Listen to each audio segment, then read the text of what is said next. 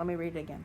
Suppose you have been assigned to measure the height of a local water tower. Climbing makes you dizzy, so you've decided to do the whole job at ground level.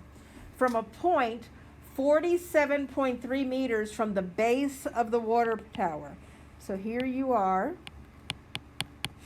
47.3 meters away. Everybody understand why I drew myself that far away?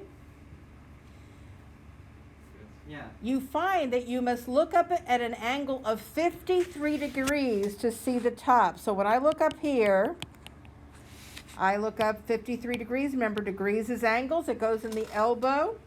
Okay? How tall is the tower? So I'm going to put an X here, and that's what I need to do.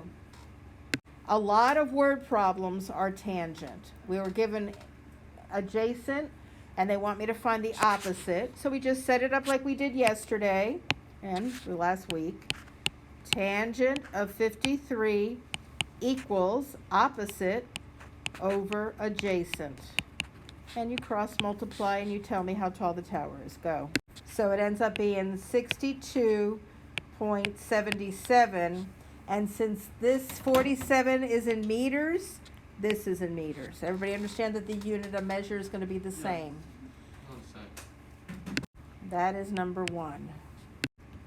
So I get the building. There's the ladder, 7-meter long ladder. It rests on the ground with a 73-degree angle.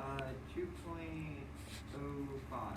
And so X was equal to 2.05 meters. Yeah. That's how far away the ladder is from the building. Okay? My ladder in the picture is not appropriately placed. It's too far away from the building.